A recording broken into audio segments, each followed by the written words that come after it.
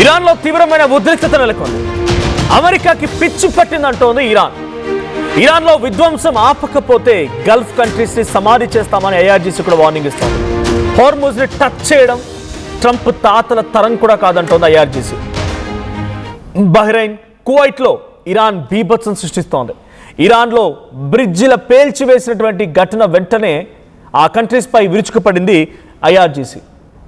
గల్ఫ్లోని America అతిపెద్ద స్థావరమైనటువంటి Iran missiles అర్ధరాత్రి 2 గంటలకి అమెరికా బేస్ క్యాంపులపై ఇరాన్ దాడులు చేసింది. రాత్రంతా మిసైల్స్ల మోత మోగింది, బాంబుల శబ్దాలు వినబడ్డాయి.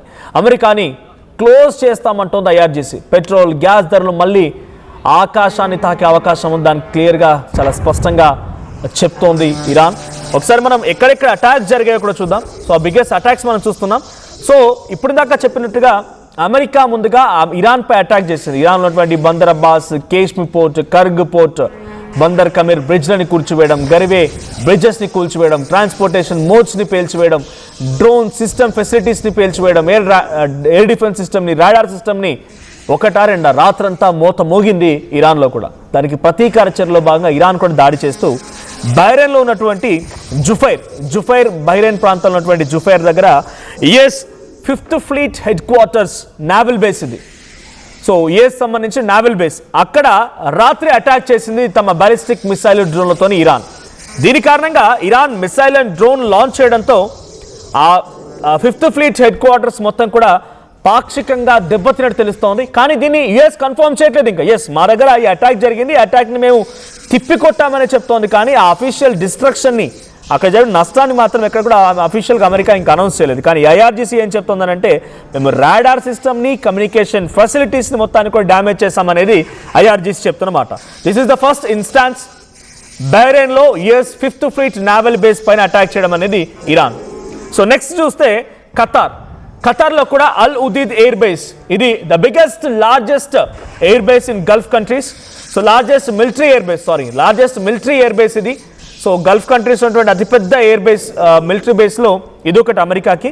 సో అక్కడ లాంచ్ అయినటువంటి మిసైళ్ళు, డ్రోన్లని కూడా తిప్పికొట్టామని, 100ల కొద్ది వచ్చిన డ్రోన్లను తిప్పికొట్టామని ఖతార్ ఎయిర్ డిఫెన్స్ చెప్తోంది. కానీ దీని కారణంగా మిలిటరీ క్యాంప్స్ మొత్తం కూడా డిస్టర్బ్ చేయగలిగాము, వాటిని కంప్లీట్గా కుప్పకూల్చగలిగామనేది ఐఆర్జీసీ చెప్తోంది. కానీ డెఫినెట్గా టెంపరీగా అది కొన్ని రోజుల పాటుగా నిలిపివేయబోతున్నారు అని తెలుస్తోంది అల్ ఉదీద్ మిలిటరీ ఎయిర్ బేస్ సంబంధించి. సో అక్కడ సౌత్ వెస్ట్ ఆఫ్ దోహా, ఇది ఖతార్ ప్రాంతంలో దోహాకి సౌత్ వెస్ట్లో ఉంటుంది. సో క్యాజువాలిటీస్ గురించి ఇంకా అఫీషియల్ అనౌన్స్మెంట్ లేదు, కానీ మరణాలు కూడా సంభవించాయి, కొన్ని 10ల సంఖ్యలో మరణాలు సంభవించాయి అనేది ఐఆర్జీసీ చెప్తున్నమాట. ఇక మూడో స్థావరం అలీ అల్ సలీం ఎయిర్ బేస్, కువైట్లో ఉన్నటువంటి అలీ అల్ సలీం ఎయిర్ బేస్ ఇది. ఇక్కడ కూడా సేమ్ బాలిస్టిక్ మిసైల్ డ్రోన్లతో దాడి చేసింది.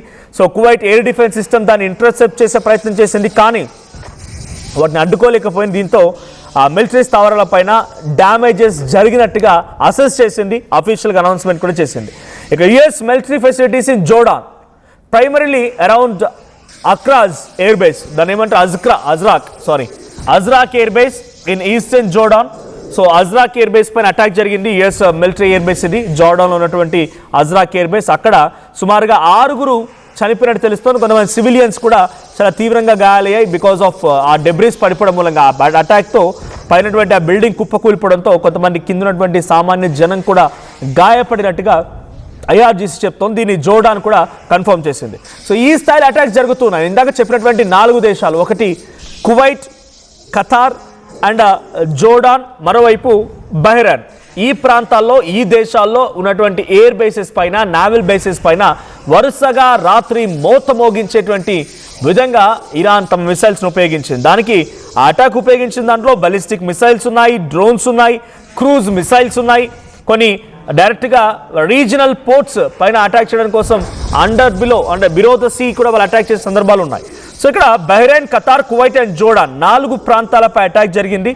So within no gap సుమారుగా జూలై 16th మిడ్ నైట్ నుంచి మొదలుకుంటే 17th వరకు, 17th రోజు మళ్ళీ ఈరోజు మార్నింగ్ వరకు కూడా 16th in the mid of the day నుంచి మొదలుకుంటే ఈరోజు తెల్లవారుజాము వరకు కూడా కంటిన్యూస్గా అటాక్స్ జరుగుతూనే ఉన్నాయి. ఈ లాస్ట్ 48 hours అమెరికా కూడా చాలా తీవ్రంగా నష్టపోయింది. అమెరికా కూడా తమ ఎయిర్ బేసెస్ని కుప్పకూలిపోయింది. అమెరికా కూడా తమకున్నటువంటి మిలిటరీ క్యాంప్స్లో చాలా తీవ్రంగా నష్టపోయింది. అక్కడ కూడా భయంకరమైనటువంటి బాంబులతో ఇరాన్ విరుచుకుపడింది. సో ఇరాన్కి ఇంతటి స్థాయిలో ధైర్యం ఎక్కడిది, ఇంతటి స్థాయిలో ఎందుకు మరి అటాక్ చేయాల్సి వస్తుంది అనుకున్నప్పుడు ఈ అటాక్కి ప్రధానమైనటువంటి కారణం వాళ్ళ దగ్గర కూడా మిసైల్స్ ఉన్నాయి, డ్రోన్స్ ఉన్నాయి. వాళ్ళు డ్రోన్స్ తయారు చేస్తున్నారు. రష్యా నుంచి అంతో ఇంతో సహాయం కూడా అందుతుందని బహిరంగ చర్చ, కాబట్టి రష్యా కూడా సహాయం చేస్తున్నట్టుగా ఉంది. జోర్డాన్లో అటాక్ జరిగింది, కువైట్లో అటాక్ జరిగింది, బహ్రెయిన్లో అటాక్ జరిగింది, ఖతార్లో అటాక్ జరిగింది. ఇవన్నీ చేయడంతో పాటుగా స్ట్రైట్ ఆఫ్ హార్ముజ్ మాదే, టచ్ చేస్తే ఊరుకునే ప్రసక్తి లేదు, టచ్ చేసే దమ్ము కూడా లేదు. ట్రంప్ కాదు కదా, వాళ్ళ తాతలు దిగొచ్చినా కూడా స్ట్రైట్ ఆఫ్ హార్ముజ్ని కంట్రోల్ చేయలేరు. డెఫినెట్గా ఇది మా కంట్రోల్లో ఉంటుందన్నట్టుగా ఐఆర్జీసీ చెప్తున్న మాట, వాళ్ళ ధైర్యం చూస్తూ ఉంటే ఇంకా ఏ స్థాయిలో వాళ్ళు సిద్ధంగా ఉన్నారో అర్థమవుతోంది. సో బహ్రెయిన్లో జుఫైర్ అనేటువంటి ఈ ప్రాంతంలో ఉన్నటువంటి naval base very near by to the strait of హార్ముజ్కి సమీపంగా ఉన్నటువంటి నావల్ బేస్ ఇది. సో ఈ నావల్ బేస్పై అటాక్ జరిగిన సమయంలో అది సౌత్ ఇరాన్కి సుమారుగా 200 నుంచి 250 కిలోమీటర్ల దూరంలో ఉంటుంది. కాబట్టి వాళ్ళు ఉపయోగించిన మిసైళ్లు, డ్రోన్లు, ప్రెసైజ్డ్గా ఉన్నటువంటి డ్రోన్లు వెళ్ళిపోయి ఆ నావల్ బేస్లో ఈ అటాక్కి పాల్పడ్డాయి. US forces are also reported that they have intercepted many incoming threats. అంటే చాలా వరకు వస్తున్నటువంటి ఆ మిసైల్స్ని, డ్రోన్స్ని తిప్పికొట్టామనేది ఇటు బహ్రెయిన్ దగ్గర ఉన్నటువంటి యుఎస్ మిలిటరీ కమాండెంట్స్ చెప్తూ ఉన్నాయి. బట్ దాట్ నాట్ సక్సెస్ఫుల్, అంతటి స్థాయిలో సక్సెస్ సాధించలేకపోయాయి. సో పార్షియల్గా ఇక్కడ నావల్ బేస్ దెబ్బతినింది. US navy 5th fleet headquarters అన్ని కూడా ధ్వంసమైపోయాయి. ఇక ఖతార్లో ఉన్నటువంటి దూరం ఇరాన్కి సుమారుగా 300 కిలోమీటర్ దూరం.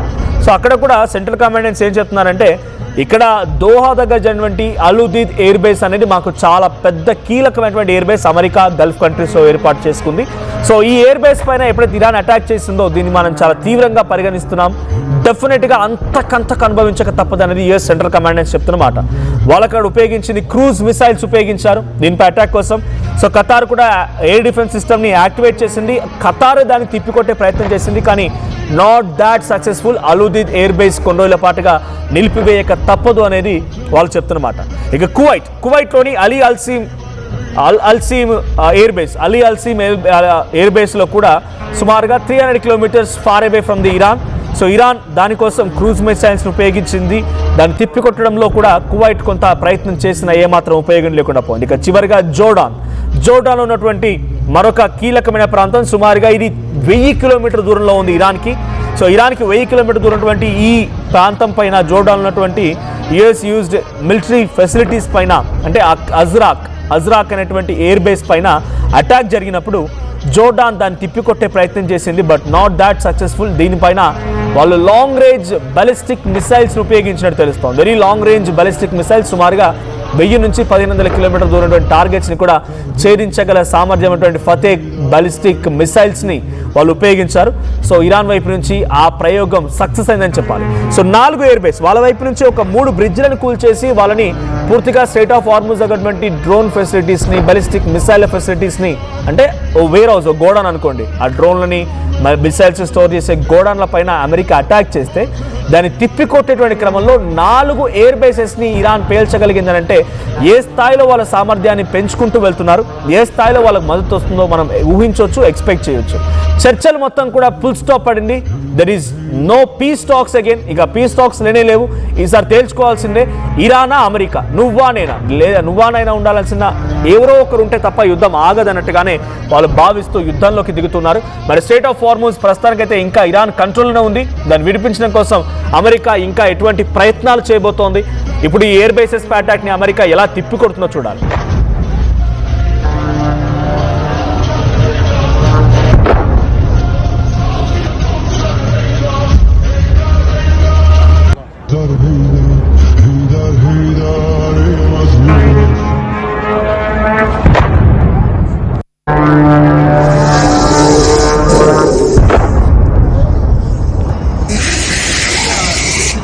لا إله إلا الله.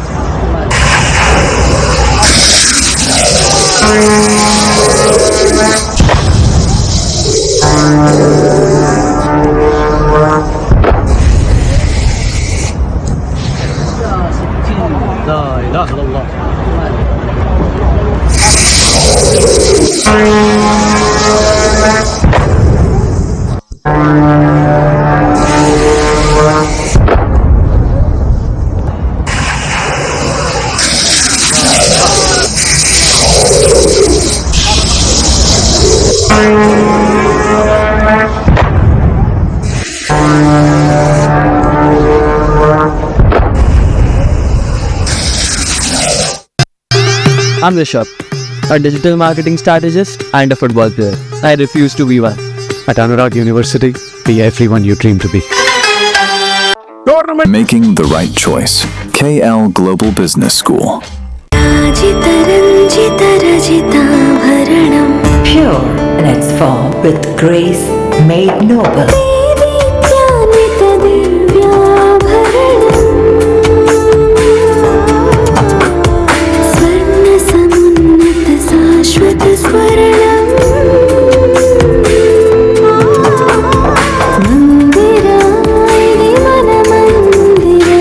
Mandira Premium Silver Jewelry by Manipali.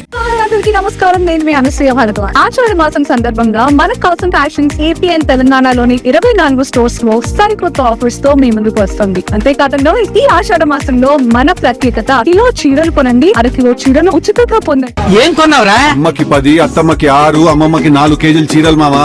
అబ్బో ఇక్కడ కేజీ చీరలు కొంటే అర కేజీ చీరలు ఫ్రీ అంట. Churidar, men's wear, kids wear 1+1, 2+1 మస్తు ఆఫర్లు ఉన్నాయి. మరి ఇంకా మాంగళ్య ఆషాఢం కేజీ సేల్ అంటే తెలుసు కదా. మాంగళ్య షాపింగ్ మాల్ కేజీల్లో సేల్, టన్నుల్లో ఆనందం.